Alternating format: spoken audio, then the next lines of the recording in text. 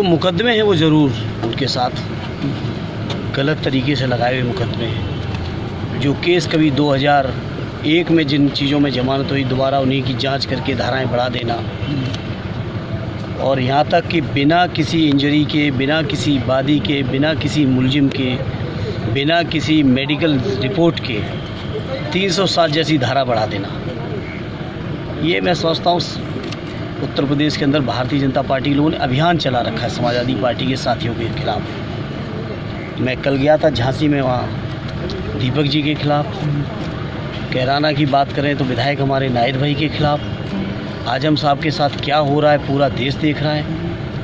कल चौधरी जैंस जी ने आवाज़ उठाई कि जहां आजम साहब की 24 घंटे भी इंतज़ार नहीं किया स्पीकर साहब ने, वहीं कुछ लोगों के महीनों पहले वही सेम फैसले आके उस पर स्पीकर साहब संज्ञान नहीं ले रहे हैं। तो बीजेपी के लोग समाजवादियों के साथ सौतेला, दोहरा व्यवहार एक अलग नज़रिए से देख रहे हैं, और वहीं सत्ता पक्ष के लोगों का नज़रिया उनके प्रति उनका अलग नज़रिया है, और यहाँ तक स्पीकर तक का है। जयंत चौधरी जी ने कल आवाज़ उठाई, बहुत मजबूत बात उन्होंने कही। क्या पार्टी क्या कर रही है? पार्टी की संघर्ष की चिंता आप ना करें, पार्टी लगातार अपने तरीके से कर रही है।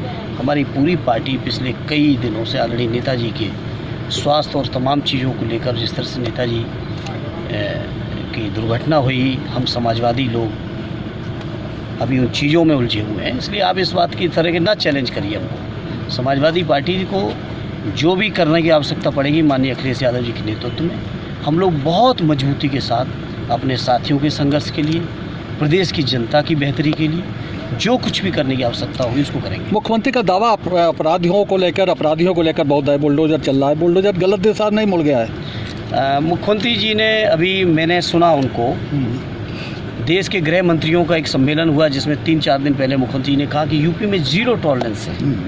मैं दूर नहीं जाता हूँ, मैं फरुखाबाद में खड़ा हूँ, गंगा पार करिए बगल में बदायूं का ज़िला है, और उशावा ब्लॉक के हमारे ब्लॉक प्रमुख, उनकी पत्नी, उनकी माँ की दिन दहाड़े घर में घुस के हत्या की जा रही है। बताएं मुख्यमंत्री, बताएं बीजेपी के लोग, बताएं सरकार के लोग बैठ के कि क्या कार्रवाई की, और जिन्होंने हत्या की है वो सत्ता के संरक्षण में हत्या कर रहे हैं। और मैं बहुत जिम्मेदारी से कह रहा हूँ, उत्तर प्रदेश के अंदर हर अपराध सत्ता के कहीं ना कहीं लोग टिकट मांगने के लिए दहशत में हैं, बुलडोजर के डर से या जेल के डर से।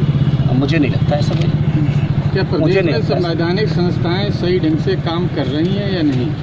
देखिए, बहुत सारे संकट हैं, क्योंकि हम खुद एक पारिवारिक संकट से, और मैं ही नहीं, पूरे समाजवादी लोग ही नहीं, पूरे उत्तर प्रदेश और देश के लोग, हम लोग बहुत बड़े संकट से गुजर रहे हैं। तो मैं इस पर कोई अभी इस समय बहुत राजनीतिकरण करना नहीं चाहता, लेकिन हाँ, जो चीज़ें वो सामने हैं। 2 फैसले आते हैं, एक हमारे लीडर के खिलाफ माननीय आजम साहब के खिलाफ, और एक बीजेपी के विधायक के खिलाफ, और उस पर स्पीकर का क्या रुख है वो पूरा प्रदेश जान रहा है। तो इस तरह की घटनाएं, जो मैंने कहा पहले का सौतेला व्यवहार हो रहा है, दोहरा व्यवहार हो रहा है, समाजवादियों को सताने का, अत्याचार अन्याय करने का व्यवहार हो रहा है। मैंने बताया कि दीपक जी झांसी में देख लो, या हमारे नाहिद भाई को देखो, या आजम साहब को देखो, या आदरणीय रमाकांत जी को देखो, या बगल में एटा में विधायक रामेश्वर जी को देखो, हर तरह। ये तो मैं वो बता रहा हूँ जो एक बड़े नाम हैं, लेकिन छोटे से छोटे कार्यकर्ताओं के खिलाफ जितना शोषण और अत्याचार भाजपा के लोग कर सकते हैं कर रहे हैं, लेकिन प्रदेश की जनता इन तमाम चीज़ों का जवाब देगी। तो आज उत्तर प्रदेश के अंदर समाजवादियों के साथ अत्याचार, अन्याय, सौतेला व्यवहार और भाजपा संरक्षित अपराध को बढ़ावा मिलना, भ्रष्टाचार लगातार बढ़ रहा है, और कम से कम व्यक्तिगत मेरी मान्यता तो ये बन चुकी है कि बीजेपी के लोग जो भाषण दें, समझ लो ठीक उल्टा होने वाला है। मुझे याद है, देश के प्रधानमंत्री बनने के बाद मोदी जी पहली बार जब संसद में गए तो संसद की सीढ़ियों को उन्होंने प्रणाम किया था, लेकिन उनके 5 साल के कार्यकाल में लगातार जितनी संसदीय गरिमाएं थी वो टूटी गई, मर्यादाएं टूटी, विपक्ष की जो गरिमा हुआ करती थी देश की लोकतांत्रिक व्यवस्था में, किसी भी स्वस्थ लोकतंत्र के लिए विपक्ष और एक मजबूत विपक्ष, उस लोकतंत्र की ज़रूरत है। ऐसे विपक्ष के लोगों के साथ लगातार अत्याचार, अन्याय, जांचें, ईडी, सीबीआई, इनकम टैक्स, प्रांतों की पुलिस, तो मेरी मानता ये जो ये कहे वो ठीक उल्टा होता है। इन्होंने कहा 2014 के चुनाव में कि हम महंगाई हटाएंगे, हम बेरोज़गारी ख़त्म करेंगे, किसानों की आमदनी दूनी करेंगे। बेरोज़गारी का आलम ये है कि आज आज़ादी के बाद सबसे बड़ी अगर बेरोज़गारी की दर चल रही है तो आज चल रही है। महंगाई का आलम ये है कि आज़ादी के 70 सालों में